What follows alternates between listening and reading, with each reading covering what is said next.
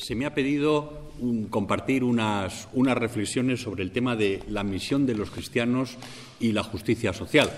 La verdad es que los dos términos se identifican muchísimo. Sería incomprensible entender la misión de los cristianos, incluso la identidad cristiana, sin la justicia social, y la justicia social, incluso la justicia social en lo que tiene de real realizado, sería incomprensible sin la apuesta de muchísimos hombres y mujeres cristianos que, precisamente en tiempos de dificultad, y estamos en ellos, pues están en la primera línea de las trincheras de la defensa de los derechos humanos. Por tanto, las dos cosas...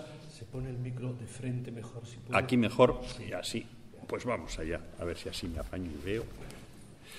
Total, que los dos términos de la propuesta están en una relación preciosa de fecundante circularidad. Quizá se podría decir que desde el punto de vista de la Iglesia, de los cristianos que participamos en la Iglesia católica, pues hayamos tenido unas ciertas lustros de cierto olvido de esta sintonía mutua que ahora felizmente parece estar siendo reivindicada por el Papa Francisco, que nos ha dado una bocanada de ilusión y de esperanza. Y es que la ilusión y la esperanza vienen siempre desde los lugares naturales para la aparente desesperanza, y en este caso desde el sur. Por tanto, el acontecimiento yo creo que más significativo es que tenemos a alguien que representa el mundo del sur en el corazón del norte. Y no solo la persona, sino que fundamentalmente yo creo que este cambio no se debe a la persona del Papa, sino a todo ese sur que ha ido irrumpiendo en el norte y que se visibiliza de una manera icónica y especial en el Papa Francisco, pero que el Papa Francisco es solo eso, la representación de un dinamismo de fuerza que viene en los últimos lustros surgiendo y que indudablemente una de las formas que más nos ha enriquecido, como ha apuntado Pepe, es precisamente el hecho migratorio, es decir, las personas que vienen de otros lugares, que vienen del sur buscando un futuro mejor o huyendo de la guerra o de la persecución, son fundamentalmente para nosotros no un problema ni un desafío, sino fundamentalmente una fuente de riqueza y de rejuvenecimiento material y sobre todo espiritual. Creo que nos devuelven la esperanza a un occidente europeo excesivamente envejecido, aburguesado, dormido y aburrido. Por tanto, nos traen lo mejor de la condición humana.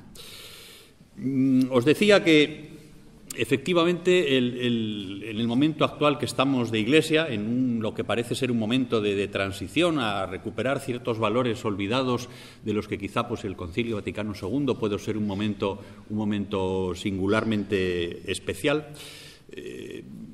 pero no vamos a hacer, no es mi pretensión hacer un recorrido ahora sobre la justicia y los distintos formatos, porque eso sería también interesante, que ha adoptado a lo largo incluso del último siglo, cómo la justicia en la Iglesia ha sido vivida de distintas maneras. No es igual la justicia conformista, no es igual la justicia reformista, corporativista, o la justicia que nos introduce el Papa Francisco, que no es tanto el Papa, porque yo creo que no hay que hacer tampoco papolatría, tampoco del Papa Francisco, sino sobre todo del Evangelio. Es decir, lo que ha tenido la virtualidad, desde mi punto de vista, que tiene el Papa son dos cosas en este tema.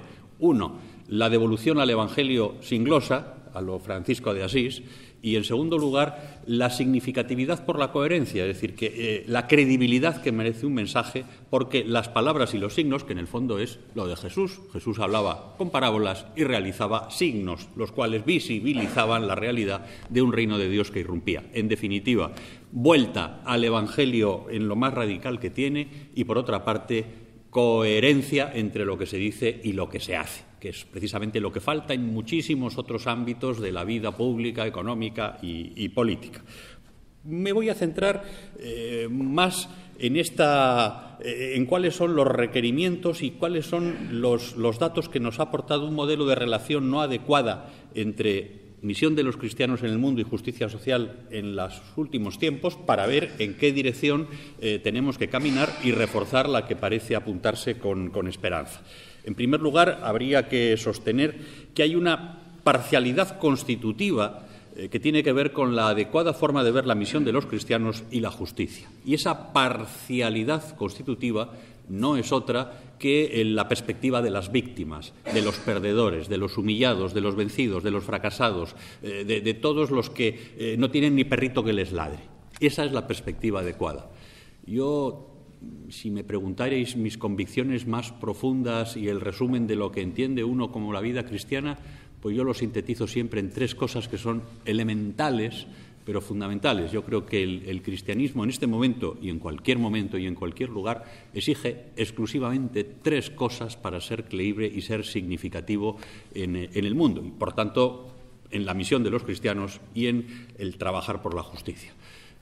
Y yo me remito al lugar simbólico natural en el que surge la Iglesia que Jesús quería, que es a los pies de la cruz. Ahí está tu madre, ahí está tu hijo. Y fijaros, primero, el lugar existencial fundamental son los pies de la cruz, los pies de los crucificados, los pies de los injusticiados. Cuando la Iglesia se ha separado en su historia de los lugares del sufrimiento y de la injusticia, ha conseguido más poder, ha conseguido más reconocimiento, más prestigio, pero ha perdido su identidad.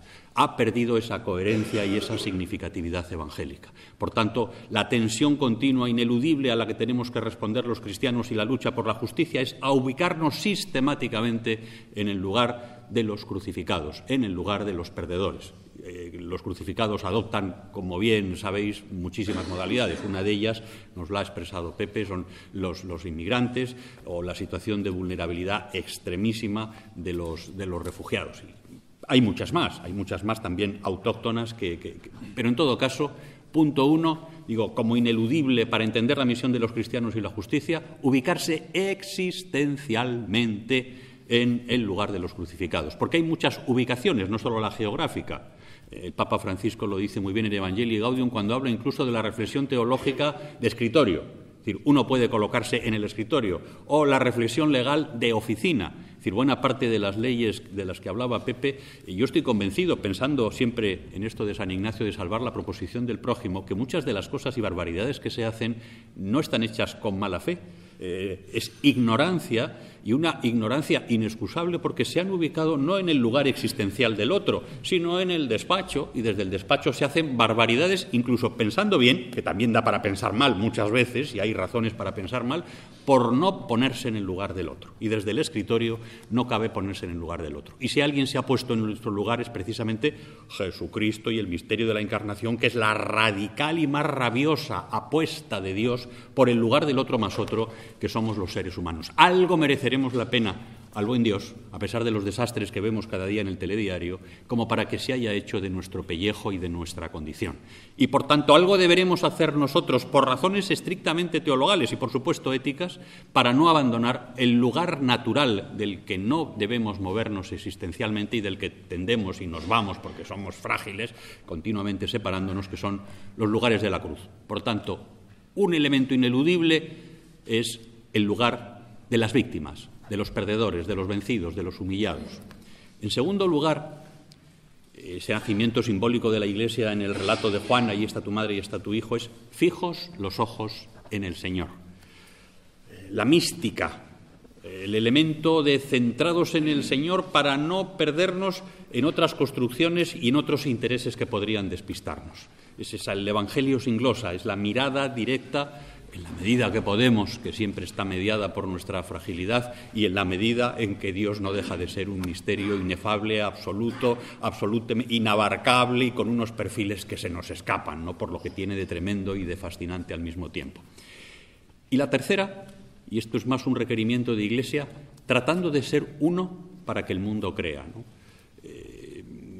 Estas dicotomías o esquizofrenias que vivimos a veces en la Iglesia entre una forma de vivir el cristianismo ajeno absolutamente a la pasión por la justicia, a los intereses de los más frágiles, esta oposición que se da a veces en manifestaciones, se visibiliza mucho en una manifestación. El público que asiste a una manifestación pro vida cristiano no coincide lamentabilísimamente en prácticamente nada con los que acuden en una manifestación contra la ley que impide que las personas sin papeles no tengan cartilla sanitaria legalmente por el famoso Real Decreto.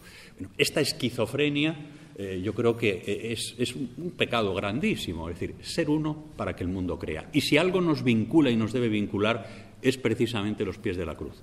A mí me toca ahora tener una cierta responsabilidad en la pastoral social de la Diócesis de Madrid, y unas cosas que ayer mismo decía y comentaba es, qué alegría, y lo digo con alegría y con esperanza, es que digo, mira, lo que no han conseguido los debates intelectuales teológicos y políticos lo están consiguiendo los pobres. Estoy viendo con alegría que nos estamos uniendo, no desde las formas distintas y legítimas, digo legítimas sin la I, y legítimas de pluralismo. El pluralismo, la diversidad, son una riqueza y lo son también en el seno de la Iglesia. No solo es el fundamento de la democracia, también es de la forma de vivir la Iglesia, ¿no? Pero el que, en concreto, digo, yo me estoy encontrando con mucha sorpresa. Estamos allí con una mesa en favor de la hospitalidad de los refugiados y digo, bendito sea Dios, es decir, compañeros que están en posiciones, digamos, ideológicas o eclesiales distintas, vaya, como del Opus Dei, de Comunión y Liberación, de no sé cuántos, diciendo, oye, esto es una urgencia humanitaria, aquí no podemos andarnos con tonterías, dispones de esto, dispones de estos recursos, ¿qué hacemos? ¿Qué quieres que hagamos? ¿Qué podemos hacer? Y digo, qué bonito. Digo, claro, si es que cuando nos despistamos, cuando los discípulos pierden el paso seguro, firme y rápido del nazareno que va siempre hacia los lugares marginales, empiezan a darse codazos de quién es el más importante, de quién ocupa más espacio. Y por el contrario, cuando le siguen al ritmo que el nazareno marca, entonces las cosas se relativizan, las diferencias, y las disputas se quedan para discutirlas en el café, porque lo urgente es salvar a las personas. Y entonces digo, mira tú por dónde, efectivamente, eso que decimos a veces un poco enfáticamente en las clases de teología, los pobres no se evangelizan, y lo decimos así sin no sé si creérnoslo mucho, y más como una declaración retórica, pues resulta que sí, que los pobres son partícipes de gracia, y la gracia es, entre otras cosas, la fuerza de Dios en la desgracia, que ayuda a visibilizar su mano larga, su ternura y su cariño. Y digo, mira, ojalá que esto que estamos empezando de manera muy tibia y muy modesta se haga realidad, que los pobres nos rescaten a la Iglesia del lugar de división, de comodidad y de alejamiento de la cruz en el que hemos estado instalados. Sería una prueba evidente de que, como dice el Papa Francisco en Evangelii Gaudium, los pobres no son una categoría cultural, filosófica o política, sino estrictamente teologal. Tiene que ver con Dios. Por eso y porque tiene que ver con Dios, la justicia y el compromiso de los cristianos con la causa de Dios pasan necesariamente por la defensa de los derechos de los más vulnerables. Hace unos años, la Conferencia Episcopal Francesa, ante unos brotes de xenofobia y de racismo, inició una campaña que decía, no toques un pelo a mi hermano, soy guardián de mi hermano. Es decir, cuidadín con tocar un pelo a los hermanos inmigrantes. Somos guardianes, la Iglesia es guardiana del hermano. No le toques ni un solo pelo, ¿no? Esa síntesis preciosa de indignación y de compasión que es la base ética de la defensa y el cuidado del otro. Bueno, no sé si me voy explicando. 3 principios, tengo para mí como centrales y que tienen que ver con el compromiso cristiano con la justicia y, en realidad, yo creo que con todo lo que tiene que ver con lo cristiano si quiere ser significativo y creíble. A los pies de la cruz, fijos los ojos en el Señor y siendo uno para que el mundo crea. Pero ciertamente que no siempre hemos vivido las características que brotan de esta justicia, que la pongo 3 notas, podría poner muchas más. Una es una justicia necesariamente victimal, es decir, tiene una relación directa con la condición de víctimas, con la condición de injusticiados de quienes padecen esa situación de precariedad, de falta de defensa de sus derechos.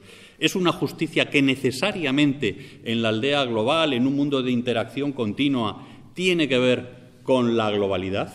Por tanto, no cabe ser justos nacionalmente. El concepto de justicia no es un concepto corporativista, nacionalista, ni siquiera cristiano, es global, es patrimonio de toda la humanidad y, por tanto, solo en la medida en que tengamos unas relaciones internacionales justas, un nuevo orden económico internacional, político, etcétera, etcétera, lograremos esta justicia. No se arreglan las cosas poniendo rayitas, ni mucho menos levantando concertinas como en Ceuta y en Melilla. Y, en tercer lugar, es una justicia que es sustancial. No vamos a discutir de lo procedimental de la justicia y las teorías de la justicia, que sabe muchísimo José Ramón y me ha enseñado buena parte de ello. No todo, me queda mucho por aprender, pero cuando digo sustancial, quiero decir que esta justicia tiene que satisfacer fundamentalmente lo que más nos vincula a todos los seres humanos y en aquello en lo que concordaríamos todos, estemos posicionados donde estemos posicionados. Los seres humanos tenemos todos las mismas necesidades. Y los derechos, en ese sentido, son el satisfactor institucionalizado para asegurar esas necesidades. Por supuesto que además de necesidades tenemos también capacidades y competencias y, por tanto, las personas que tienen insatisfechas las necesidades no podemos verlas solo desde lo que les falta, sino también de aquello que tienen que aportar, ¿no? Es decir, mira, vemos al personal en función de sus carencias y no nos damos cuenta de que además hay unas potencialidades enormes. Pero por encima de todo eso, que es un matiz, es decir, la tercera dimensión es una justicia esencial que busque, mediante los derechos, la satisfacción de las necesidades y, al mismo tiempo, no menos importante, porque si no, no sería justicia, y es otro elemento de la pata justicia, derechos, necesidades, que mantenga a raya al mayor enemigo de los derechos de la justicia, que son los intereses, entendiendo por intereses la forma institucionalizada en que el egoísmo económico y político y mediático se alía para preservar su propio yo, en el sentido más amplio que podamos entenderlo. Por tanto, justicia satisfactora de necesidades, que cristaliza en derechos y que pone a raya los intereses. Un ejemplo de ello es una de las múltiples reformas del Código Penal, cuando ha subido las penas y el bien jurídico protegido por antonomasia ahora no es la propiedad material, es la propiedad inmaterial, es decir, la propiedad industrial, la propiedad intelectual, está mucho más protegida que la propiedad material. Y entonces a una persona, un negro subsahariano, vende un CD pirata, copiado, pirata, en una gran superficie, otro al lado vende 5 CDs robados del Corte Inglés y además con pornografía dura en la puerta de un colegio, y la policía tendría la obligación de detener al que ha vendido la copia de Ramoncín en lugar de los 5 robados en el Corte Inglés y además con pornografía dura. Es decir, esto es el colmo de hasta dónde estamos sobreprotegiendo determinadas formas de propiedad que obedecen a intereses. Y esa es la razón clarísima, los intereses. Por eso la justicia tiene que tener a raya a los intereses. No voy a entretenerme muchísimo con el fundamento. Para mí, yo creo que para todos los aquí presentes es obvio. Buscad el reino de Dios y su justicia.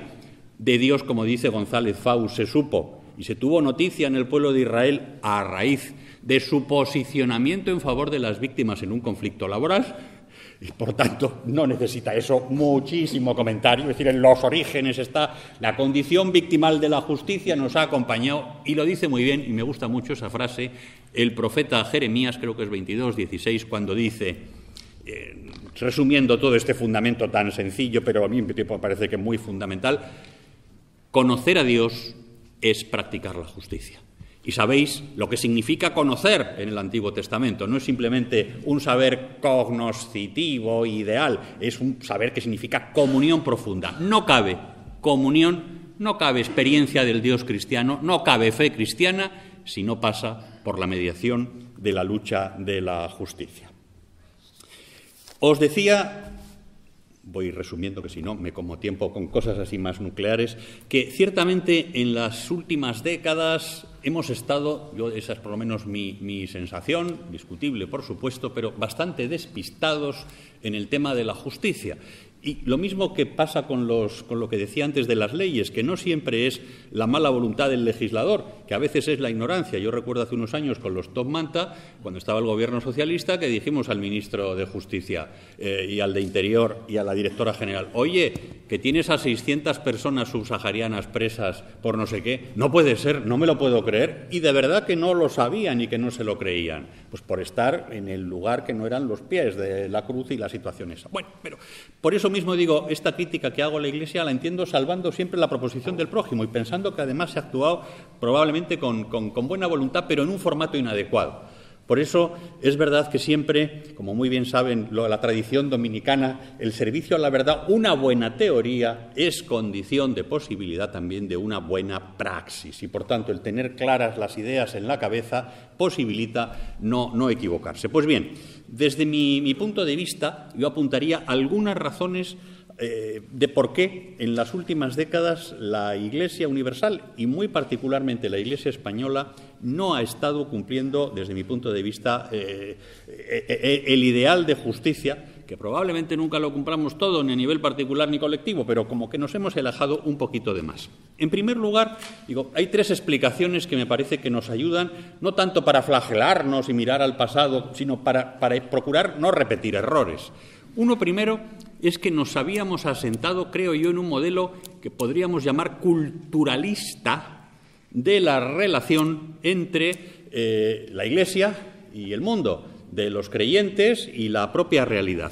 Este modelo culturalista de interpretar estas relaciones, sin duda, es legítimo, no es una herejía, pero yo creo que tiene algunos errores que dificultan y han dificultado el incorporar el elemento de justicia. Uno ha sido una idea muy obsesiva por la verdad, confundida con verdades, porque la verdad que voy a contar aquí a la espiritualidad de Santo Tomás de Aquino sobre la verdad, pues claro que es fundamental, si no, vamos, estaríamos apañados. Pero el confundir la verdad con las verdades, y con verdades a veces interesadas institucionalmente, con verdades estratégicas. Por otra parte, yo creo que la pretensión de que la Iglesia fuese la respondedora de todo. Es decir, una Iglesia que tenía la respuesta para todos los problemas, incluso cuando la ciencia todavía no acaba de aclararse, nosotros ya nos adelantábamos con todas las respuestas. Tiene también el riesgo de que coloca a la Iglesia en una situación continua donde se confunde con las víctimas. Y esto de la usurpación de papeles es una cosa tremenda. Es decir, la víctima es la víctima, no está bien que otro se coloque en su lugar. Es decir, el carácter victimal es sagrado y personalísimo, indelegable. Bueno, pues una Iglesia no entendida por la cultura, no entendida por el mundo, perseguida, es decir, en una situación victimal y de obsesión por la manía que nos tienen, porque no nos entienden, porque no sabemos. Y yo creo que bien intencionada, que no me cabe la más mínima duda de todo ello, pero que dificulta la pasión por la justicia, el encuentro con el mundo, y que al final acaba haciendo un discurso autorreferencial, que diría el Papa Francisco. Me parece que frente o al lado de, porque la gran obsesión de este modelo es la indiferencia religiosa, el ocultamiento de Dios, que podéis comprender que evidentemente claro que nos deben a preocupar a todos. Es decir, uno de los grandes desafíos que tenemos como Iglesia es la visibilización de Dios en un mundo que parece ser muy indiferente. Evidentemente que sí. Pero esto colocado en un lugar que es el equivocado, yo creo que no facilita la visibilización precisamente de Dios, porque si algo oculta especialmente a Dios y es la piedra de escándalo para buena parte de nuestros contemporáneos, intelectuales y no intelectuales, es la vigencia de la injusticia manifiesta. El problema del mal es un problema que llevamos arrastrando en la historia del pensamiento y que lo seguiremos arrastrando, pero el mal, en la medida que además es evitable y no se evita, y en la medida en que la Iglesia aparece no como combatiendo contra el mal, sino por omisión al menos, por negligencia, por despiste, cómplice de ese mal, eso contribuye al ocultamiento de Dios. Y entonces, mientras por una parte en este paradigma culturalista estamos con la verdad y con Dios continuamente por todas partes, sin darnos cuenta y sin mala intención, que no tengo la más mínima duda, estamos invisibilizando la presencia de Dios en forma de anhelo por la justicia, que es la forma traducible de Dios más entendible universalmente por absolutamente todos. Como lo muestra que nuestro Señor Jesucristo, cuando quiere decir cuál es el elemento de criterio moral, más que religioso incluso, por el que se juzga nuestra vida, nos pone a los hambrientos, sedientos, presos, enfermos, por ser evidente, y eso se nos estaba escapando. Frente a ese modelo culturalista me parece que es importante reivindicar lo que está haciendo Francisco en el fondo, que es cambiar sin dejar de preocuparnos, porque esto no significa que dejemos a Dios de lado, solo faltaba. Si dejásemos de Dios al lado seríamos otra cosa, pero no seríamos cristianos, sino todo lo contrario. Para poner a Dios en el centro necesitamos volver a un modelo más de justicia. Es el modelo ni siquiera del Vaticano II. El Vaticano II no se metió con esto precisamente, se dedicó a cosas mucho más eclesiásticas y, bueno, a un fuerte relación con el mundo, pero el tema de la justicia y el tema de los pobres se recupera después en iglesias donde tienen sensibilidad por esto, como son el sur, siempre el sur. Y es que sin los pobres no estamos completos. Es decir, los pobres no solo tienen gracia, sino que nos ayudan al descubrimiento de la verdad. Porque el otro, cuanto más otro es, más me permite acceder al misterio de totalmente otro. Y sin los otros más otros, que son los pobres, no hay experiencia de Dios. Volvemos a Jeremías. Conocer a Dios es practicar la justicia. Por tanto, no estábamos conociendo a Dios, aunque hablásemos de Él continuamente y aunque sinceramente nos preocupase su visibilización. Por tanto, me parece que es preciso algo que estamos haciendo. Y en ese sentido, digo, yo me felicito, me ilusiona, me alegra y además descubro que lo estamos haciendo todos, que para mí es muy importante. Incluso sensibilidades eclesiales que estaban en otro momento mucho más afianzadas en trincheras, yo creo que están descubriendo también esto, porque las personas somos, yo creo que en la Iglesia estamos en uno de los siglos mejores, digo, de personas más buenas y más, hemos tenido papas que han sido personas y más morales, es decir, que ha habido un golferío institucionalizado en otros siglos que afortunadamente, aunque hay vetas que estamos intentando limpiar, pues que de buena gente, básicamente. Bueno, pues lo estamos yo creo que haciendo es volver al paradigma de justicia. Por tanto, una de las explicaciones es ese error en colocarnos en el paradigma de la cultura y no en el de la justicia, que es el de la experiencia de Dios. En segundo lugar, nos ha faltado, porque no me gusta hablar de la Iglesia como si yo no estuviera en ella, es decir, que también uno se siente solidario con los errores que cometemos todos, ¿no? Nos ha faltado una capacidad de lectura creyente de la realidad, de eso que el Concilio sí llamaba los signos de los tiempos, de una lectura teologal de la realidad. Y una de las cosas que más me ha enfadado, yo estoy en la conferencia episcopal en temas de pastoral penitenciaria y yo pues ahí te encuentras pues a veces con los hermanos mayores obispos. Oye, con los desahucios. Pero bueno, vamos a ver. Y la explicación, que yo la creo, dicen, es que nosotros, pues es que de esto pues no sabemos mucho. Pero vamos a ver, que no tienes que saber nada de la ley hipotecaria, que no hay que saber cuál es el sistema de contratación de los bancos y las no sé cuánto, que no se trata de eso, sino que se trata de hacer no una lectura técnica, que no se la pide nadie a ningún obispo ni a la Iglesia, que nos digan cómo habría que reformar la ley hipotecaria, cómo articular la dación en pago, qué reformas hay que hacer, que no es eso, que lo que tienes que hacer es una lectura teologal, creyente, y diciendo, es un sin Dios que haya familias en la calle con bancos acumulando estas vacías y usar un lenguaje religioso, decir esto clama al cielo, esto es una vergüenza, lo que ha hecho el Papa en Lampedusa, lenguaje que entiende todo el mundo. Esa es una lectura creyente. Entonces nos han faltado, en el fondo, no sé si fe, pero sí capacidad para hacer una lectura creyente de lo que nos estaba pasando. Esa falta de lectura teologal de la realidad, desde mi punto de vista, es la segunda clave que explicaría el por qué pues hemos fomentado esta cierta cultura de la indiferencia, ¿no?, ante la injusticia y el sufrimiento de los demás. Hay que decir, felizmente, que si algo nos ha hecho despertar institucionalmente ha sido el tema de la inmigración. Es decir, que a nivel institucional hay que decir que en ese sentido la Conferencia Episcopal Española ha sido uno de los elementos y la Comisión de Migraciones que ha estado desde el primer momento haciendo manifestaciones junto con Cáritas, Confer, etcétera, etcétera, de corte muy profético. Digo por eso que tampoco es justo meter todo el mundo en el mismo saco, ¿no? Y tercera explicación, desde mi humildísimo punto de vista, que ha explicado este tono más silencioso del anhelo de justicia y del compromiso de los cristianos con la transformación del mundo, es una vinculación, en algunos casos, pues como muy evidente, entre posicionamientos institucionales de Iglesia y posicionamientos políticos.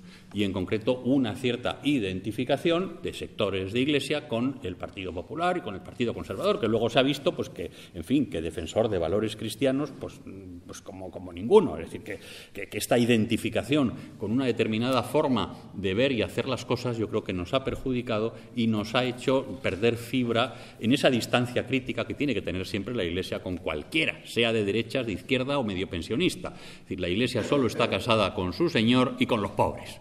Y lo demás son mediaciones frente a las cuales pues hay que tener una relación de lealtad, de colaboración, pero al mismo tiempo de distancia crítica para ver en qué medida contribuyen al reino de Dios y su justicia o lo dificultan. ¿Cómo vamos? Que voy ya, me estoy pasando de tiempo. Vamos, José Ramón, es que eres un encanto. Bueno, total.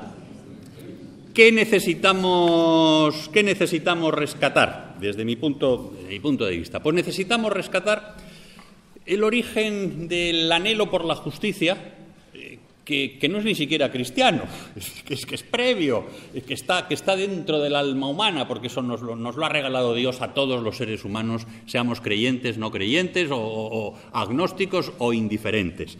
Y son los sentimientos morales que nos han ayudado a salir de las cavernas. Y son básicamente tres: el sentimiento de la compasión, el de la indignación y el de la responsabilidad.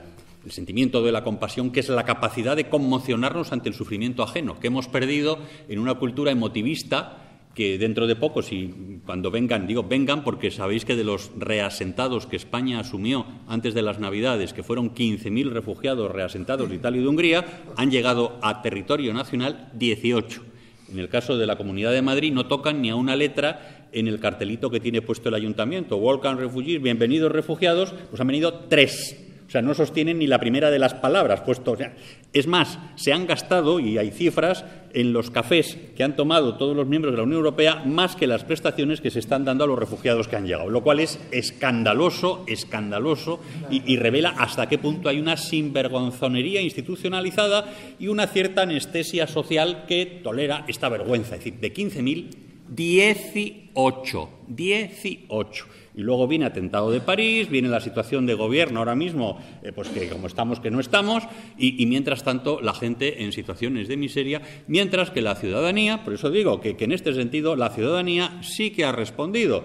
Nosotros abrimos en la mesa una cuenta corriente, la gente no sé qué, la gente, congregaciones religiosas, movimientos de todos los pelajes eclesiales, como he dicho antes, oye, que tengo 3 pisos, oye, que yo pongo no sé cuánto, oye, que no sé qué, mientras los políticos de todo signo, digo de todo signo porque ha estado en el debate político de las últimas elecciones, este tema, pam, pam, pam, pam, ni la derecha, ni la izquierda, ni el centro. Por eso, si alguien debe tener el compromiso de visibilizar lo invisible, somos precisamente quienes, como cristianos, estamos comprometidos con la realidad y con la justicia del reino de Dios, y luego cada uno vota a quien le da la gana, faltaría más, pero sobre todo nuestro compromiso es con la condición de las víctimas y de los crucificados. Compasión, que si no me enrollo. Segundo, indignación. La indignación, que es ese maremoto interior que se produce cuando vemos que algo es manifiestamente injusto, como lo que acabamos de decir, o lo que decía Pepe, que se ahorraba las palabrotas. Es decir, ese es el sentimiento de indignación moral, y que surgió cuando estábamos en las cavernas y vimos que había un animal mucho más grande que nosotros que iba a arrebatar a uno de nuestras criaturas. Y dijimos el grito que nos ha dignificado siempre y que se nos ha olvidado durante lustros: no hay derecho. Ese es el grito moral que dignifica nuestra especie. Y yo tengo para mí que es en ese momento probablemente cuando el alma es infundida por Dios. Es decir, no hay derecho. Somos imagen de Dios, de ese Dios que es justicia, cuando nosotros mismos nos damos cuenta de que la justicia es ineludible, seamos creyentes, no creyentes o medio pensionistas. Por tanto, la indignación. Indignación y compasión en mutua circularidad, porque si la compasión se queda sin indignación, se acaba convirtiendo en asistencialismo. Y la indignación sin compasión acaba siendo una ideología de la protesta y de la úlcera de estómago que no se vehicula en nada. Por tanto, en mutua circularidad, indignaos y compasivos, justicia y misericordia, si queréis, en términos justicia y caridad, como queráis formularlo. Y el tercero es la responsabilidad, es decir, el deber que tenemos de responder.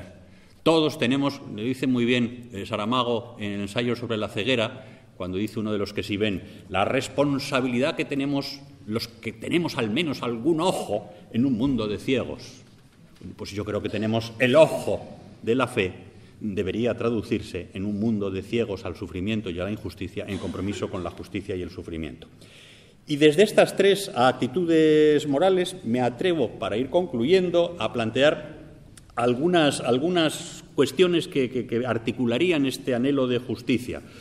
Yo creo que urge seguir reivindicando algo que por lo menos teóricamente afirmamos que es la dignidad de las personas frente a tantísimas amenazas. Hay una línea del derecho penal, un tal Jacobs, que incluso sostiene el carácter de no personas de determinados sujetos. Y dice, hay personas y no personas. Personas son las que están sometidas a la ley penal convencional, pues tienes una pena de cárcel. Y no persona, podemos cometer torturas, tenerlo en cadena perpetua. ¿Por qué? Porque han sido los que han roto el contrato social donde hay unas normas básicas de convivencia, pues porque es un terrorista salvaje, y no le quito nada, es un terrorista y es salvaje, pero sigue siendo persona.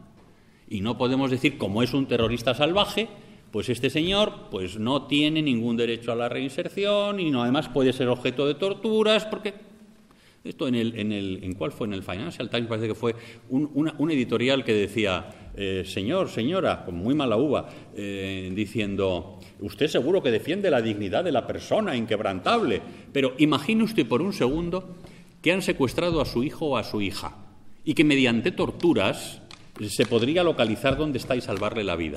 No sea usted cínico, no venga usted ahora de ciudadano preservador de los derechos y la dignidad. ¿No autorizaría usted las torturas para salvaguardar la vida de su hijo? Claro, estaba confundiendo el plano que nos deja a todos porque dices, contra, no está diciendo una tontería, es una apelación diciendo, si a mí la persona que yo más quiero o el tío más salvaje del mundo me le va a matar y por clavarle un poquito con los electrodos me lo va a salvar, pues te pone en un compromiso, si somos ciertos. Claro, el problema no es ese, el problema es que el Estado, la policía, las democracias surgen precisamente para evitar esas respuestas que son absolutamente comprensibles. Si a mí ahora me roban la cartera, pues si me escapa un puñetazo, pues no es la conducta más cristiana, desde luego, pero sería comprensible. Pero que lo haga el Policía Nacional, que le va a detener, es absolutamente inaceptable, porque precisamente el Estado y las leyes surgen frente a la barbarie y frente a lo peorcito de nosotros, que nos sale muchas veces legítimamente, pero está para articularlo y llevarlo. Por tanto, dignidad inviolable de la persona. En segundo lugar, una idea que es muy de nuestra tradición, que es el bien común, pero referido a toda la familia humana. Demasiadas veces hemos apelado al bien común frente a los otros, incluso en la propia enseñanza de la Iglesia. Y hemos dicho, las migraciones, sí, pero en la medida en que no nos afecte a nuestro bien común y no nos moleste. Si mi plato de comida me lo van a tocar, no, porque el bien... No.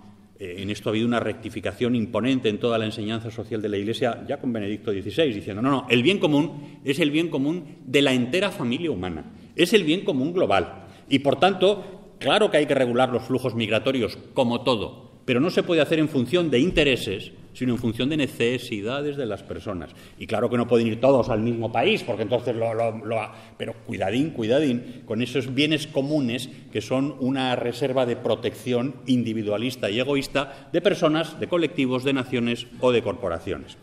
Y en tercer lugar, lo he apuntado ya antes, una idea de justicia global de carácter planetario y que al mismo tiempo tenga en cuenta lo intergeneracional, es decir, que es también los que no han venido, es decir, respeto, por tanto, al medio ambiente, respeto a las generaciones futuras que puedan encontrarse con un planeta, al menos en las condiciones que nos hemos encontrado.